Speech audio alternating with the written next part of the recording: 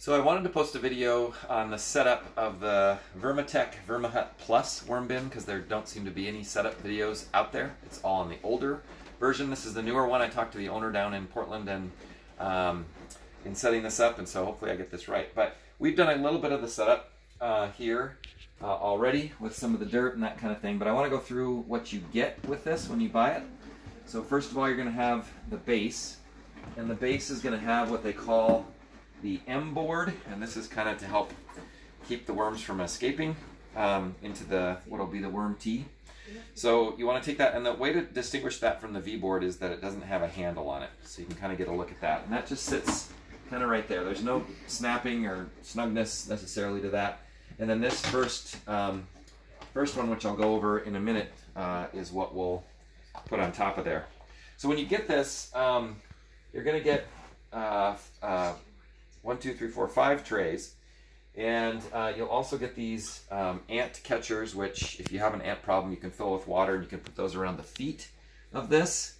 Here, I'll give you an example, just like that, and then fill those with water, and then hopefully as ants try to crawl up from the floor and in, they'll drown in that water. I had a couple of other items sent to me. Temperature, what do you call that, thermometer, and then also a little, just kind of a little rake for that. That's not normally included, but did have those included when I called them. The part that was confusing to me at first was this part kind of inside the lid. And this is kind of a cool, unique feature. This is actually a lid that you're going to want to put on when you first put the worms in, and we've just gotten those today. And that will allow light to get inside and keep the worms from crawling out as they're stressed and as you first get them before they get kind of settled into the compost bin. The other part that was a little bit confusing was I wasn't sure if this was the part to be soaked or if this was something else. This is actually a mat that you're going to want to put, or may want to put, it's kind of optional, but you can put that down on top of the worms and the compost that you have there. And what that'll do is it'll keep fruit flies from getting in there and laying eggs. It won't completely eliminate it probably, but it'll help. It'll also keep down the smell a little bit. So don't soak this and think that you're going to add it to your compost. This part will be nestled inside the lid, and then the other part will be that, where did I put it? Will be that lid that you're going to initially put on to kind of keep light in there and kind of scare the worms down inside. So we've already put together our initial batch here. We put some paper down, newspaper, we just put some other brown paper, packing paper down there. And then we took, what will come are some, I didn't show it here, but 2 bags that have coconut fiber. And normally in the other one, you would get a coconut brick. It'd be like a brick like this, and you put it in a gallon of water and soak it. And actually the directions here still say, right here when you're setting it up, it says to find a bucket from your home, fill it with a gallon of water, soak the coconut core in the water until it breaks apart and is moist.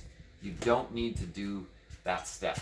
Those bags that you get with that kind of brown substance are the coconut. They're already broken up, so you don't need to put them in a gallon of water or you'll just have a mess. Go ahead and just put those into your bucket, whatever bucket you want to use. And then just get them wet so that when you, it's not that they're soaked and dripping, but so when you pick them up and kind of squeeze them, the water comes out.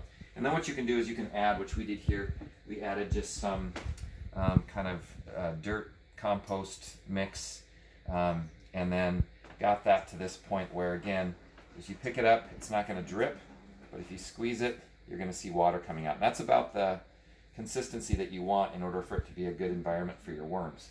So we're going to put that on top of this here, and then we'll take our worms, which we just got, and got about a pound of worms, and that was the recommended. And we're just going to pour those worms in there like this.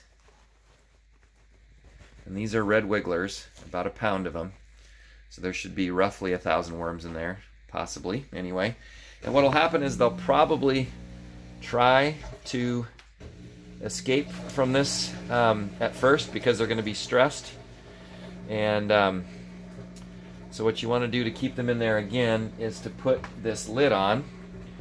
And it may look a little flimsy, but that'll just rest right down on top of them. And what will happen is they hate light. And so if you keep a light on in your room, you probably don't want to keep this with sun shining on it because it'll warm them up.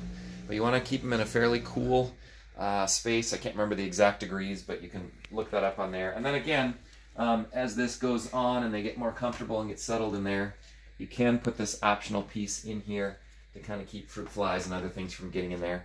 And then obviously you'll have your regular lid in there. So that's kind of my setup. Definitely this is my first vermicomposting endeavor and first worm bin. So I'll update a review as we go, but so far really great company to work with. Like I said, I called them, I talked to the owner himself, had a good conversation about this. They're really trying to get this composter out there, so there's a pretty good deal on it on Amazon right now, and so far so good. We'll start putting our kitchen scraps in a few days.